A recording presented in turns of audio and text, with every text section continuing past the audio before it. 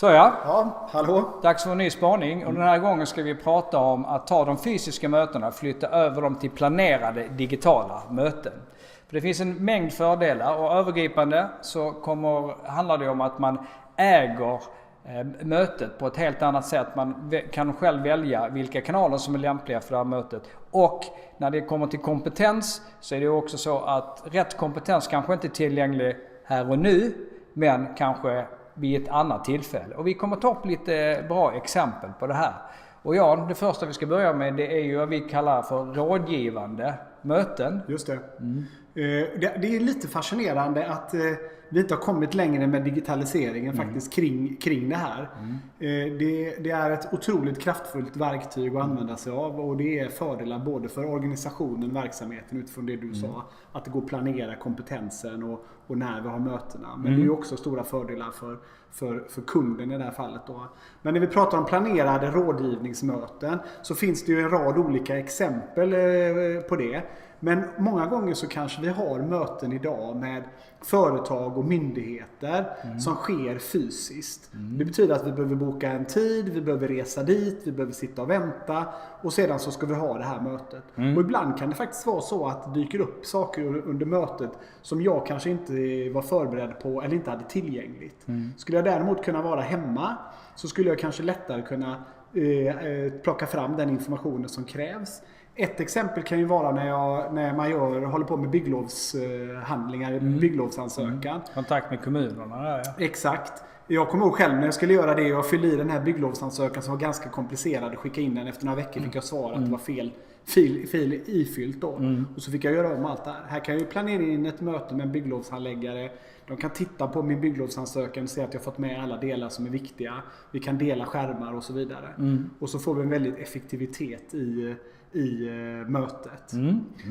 Det kan ju vara möten som man kanske har som myndighet som kan vara lite utsatta möten ibland. Det vill säga det kan finnas kanske någon form av aggressivitet eller hotbild eller någonting.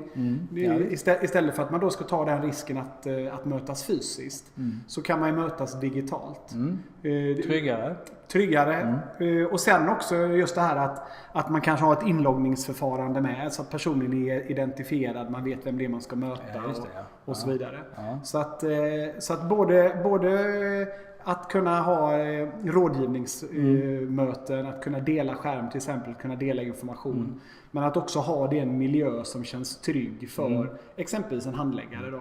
Och i många av de här mötena, situationerna som du beskriver, så handlar det om att man ska resa till mötet. Så man har ju givetvis en miljöaspekt i det här som är mycket mer positiv om man lägger mötet digitalt. Absolut. Ja. Inte bara när det gäller utsläpp. Det blir också en jämställdhetsfråga för folk med funktionshinder. Som att man kan vara med på ett möte i sin hemmiljö.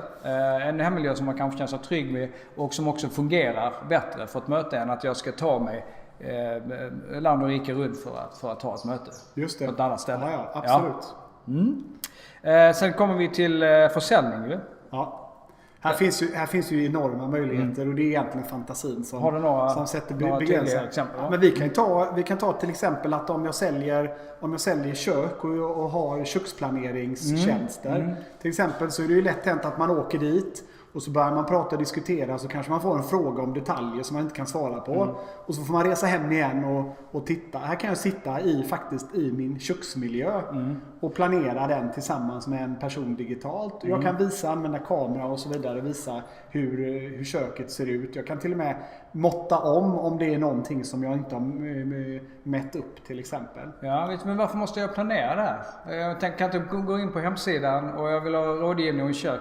Ska jag inte få den hjälpen direkt? I den bästa av alla världar så kan man ju göra så.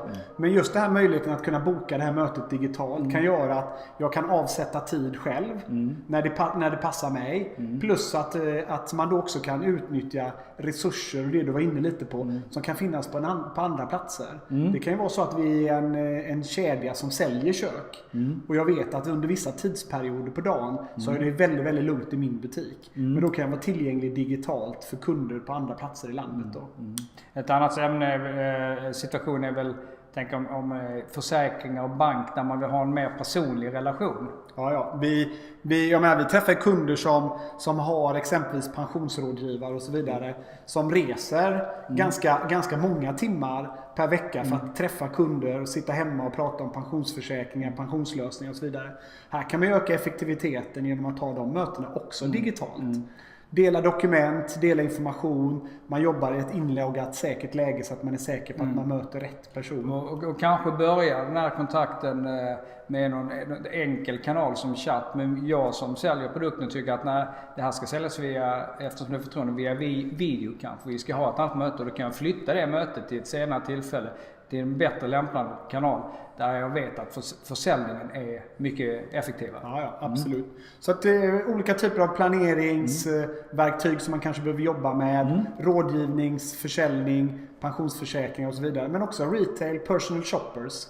Det är ju någonting som du kan boka upp. Det kanske du inte alltid kan ha tillgängligt online, men under vissa tidpunkter. Och för kanske dina mest värdefulla kunder så kan det vara en tjänst som du erbjuder. Då kan man mötas digitalt och då kan man använda co-browsing så jag kan visa upp mitt produktutbud. Och du som kund kan använda kamera och kanske visa några av dina favoritplagg så att vi hittar rätt enklare. Du nämnde tidigare att när vi pratade innan om ett scenario där man har en butik och där kanske det är lugna timmar mellan 1 och 3 där personalen skulle kunna utnyttjas bättre. Ja. Som till exempel att man schemalägger dem på ett sånt här bokat rådgivningsmöte. Exakt. Och det är också fördelen om man ska prata verktyg lite, så det vi menar då, det är ju ett verktyg som klarar av att hålla igång, vi kallar det kalendrar då. Så att du erbjuder kunderna olika tidslottar under dagen, under veckan.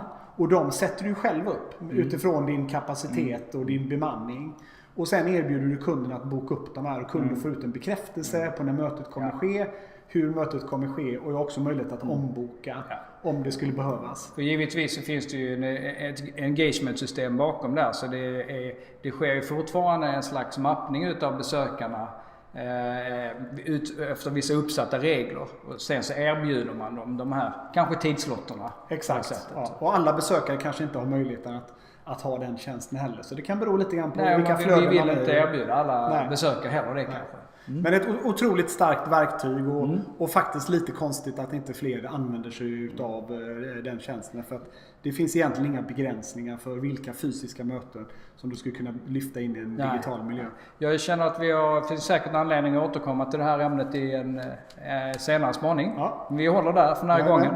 Så får ni ha en fortsatt trevlig vecka. Så ses vi nästa vecka. Ja, ha det så bra. Hej.